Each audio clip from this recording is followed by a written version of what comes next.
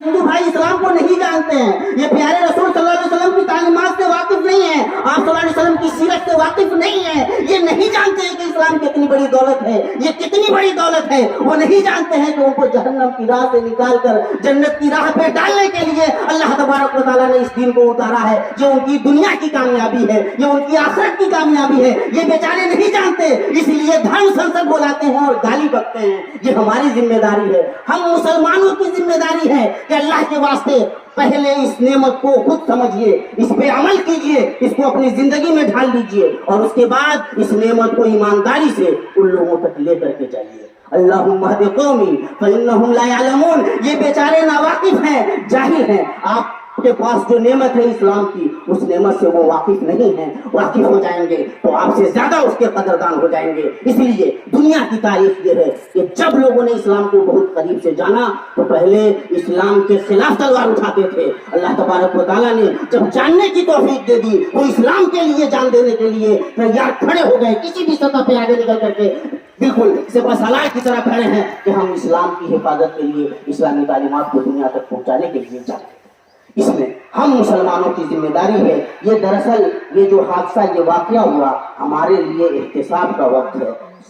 صدیوں سے ہم یہاں رہ رہے ہیں، ہم نے یہاں حکومتیں کی ہیں، ہمارے تعلقات تجارتی تعلقات ہیں، ہم ایک اسکول میں پڑھتے پڑھاتے ہیں، ہم ایک معاشرے میں ساتھ میں جیتے ہیں، لیکن ابھی تک ہم اس اسلام کو اپنے پاس چھپا کر رکھے ہوئے ہیں۔ لکھ لیجئے کہ یہ رسول پاک صلی اللہ تعالیٰ علیہ وسلم کی تب تک ذمہ داری تھی جب تک آپ صلی اللہ علیہ وسلم زندہ تھے، اور جب اللہ کے نبی صلی اللہ تعالیٰ علیہ وسلم کا انتقال ہو گیا تو اس دین کو دنیا تک پہنچانے کی ذمہ داری اس امت کی ہے۔ کنتم خیر امت اخرجت للناس تأمرون بالمعروف وتنہون عن المنکر وتؤمنون باللہ، تم سب سے اچھے لوگ ہو، لوگوں تک بھلائی کو پہنچانے کا، لوگوں کو بھلائی کا حکم دینے کا کام کرتے ہو، برائیوں سے روکتے ہو، اللہ پر ایمان رکھتے ہو۔ یہ کام ہم مسلمانوں کا ہے، اب ہم اس میں کوتاہی کر رہے ہیں۔ یہ جتنے حادثات واقعات ہو رہے ہیں، لکھ لیجئے کہ نہ کل اسلام کا کچھ بگاڑ سکے تھے، نہ آج بگاڑ سکتے ہیں، اور نہیں انشاءاللہ کل بگاڑ سکیں گے۔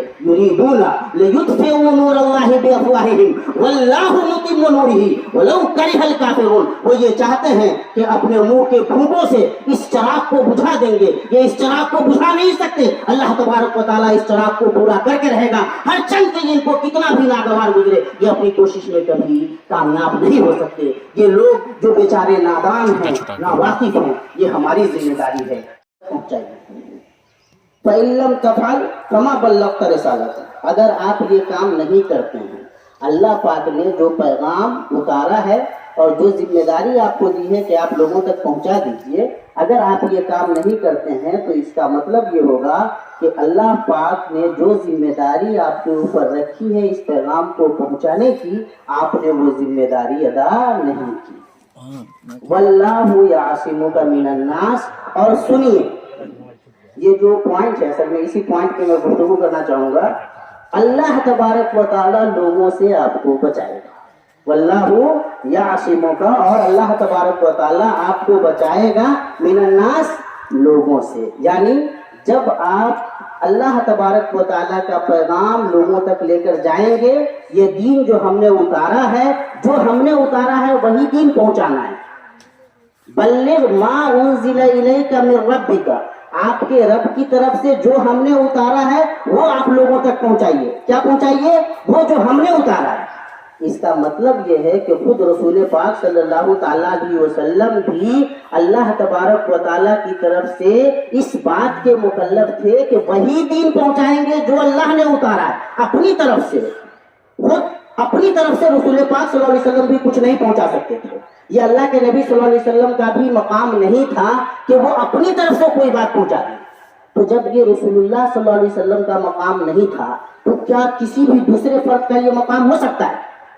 جب یہ مقام اللہ پاک نے رسول اللہ صلی اللہ علیہ وسلم کو نہیں دیا کہ آپ اپنی طرف سے کچھ پہنچا دیں، تو کوئی بھی دوسرا فرد کیا اپنی طرف سے اللہ پاک کے اس دین میں بڑھا یا گھٹا کر کے پہنچا سکتا ہے؟ نہیں پہنچا سکتا ہے۔ اور دوسری بات جو اللہ پاک نے رسول پاک صلی اللہ علیہ وسلم سے فرمائی وہ یہ کہ جب آپ یہ کام کریں گے دین کو لوگوں تک لے جانے کا، تو اللہ پاک کہہ رہا ہے کہ اللہ پاک آپ کو بچائے گا۔ اس کا مطلب یہ ہے کہ پہنچانے کی راہ میں پریشانی آئے گی،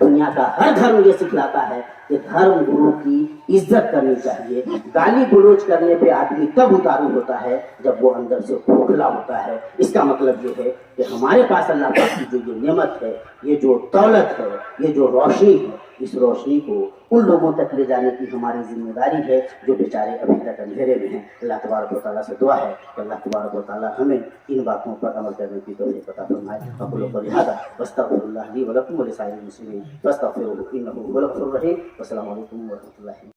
اور لکھ لیں کہ اگر اس راہ میں پریشانی آئے گی تو حفاظت کی ذمہ داری اللہ تبارک و تعالیٰ نے رسول پاک صلی اللہ علیہ وسلم کے لیے دی تھی، تو وہ ذمہ داری ہمارے لیے بھی ہے. اللہ کے نبی صلی اللہ تعالیٰ علیہ وسلم اس آیت کے اترنے سے پہلے تک اپنے لیے باڈی گارڈ رکھتے تھے. کچھ لوگ تھے جو پہرے داری کرتے تھے. جب یہ آیت نازل ہوئی تو رسول پاک صلی اللہ تعالیٰ علیہ وسلم نے پہرے داروں سے کہا کہ اب آپ چلے جائیے، اللہ تبارک و تعالیٰ نے حفاظت کی ذمہ داری لے لی ہے. اس امت کی طرف سے دفاع کا کام، ڈیفینس کا کام اللہ تبارک و تعالیٰ کرتا ہے. ان اللہ یدافع عن الذین آمنوا، ایمان والوں کا دفاع اللہ تبارک و تعالیٰ کرتا ہے. تو ہمیں گھبرانے کی ضرورت بالکل بھی نہیں ہے، ڈرنے کی ضرورت بالکل بھی نہیں ہے.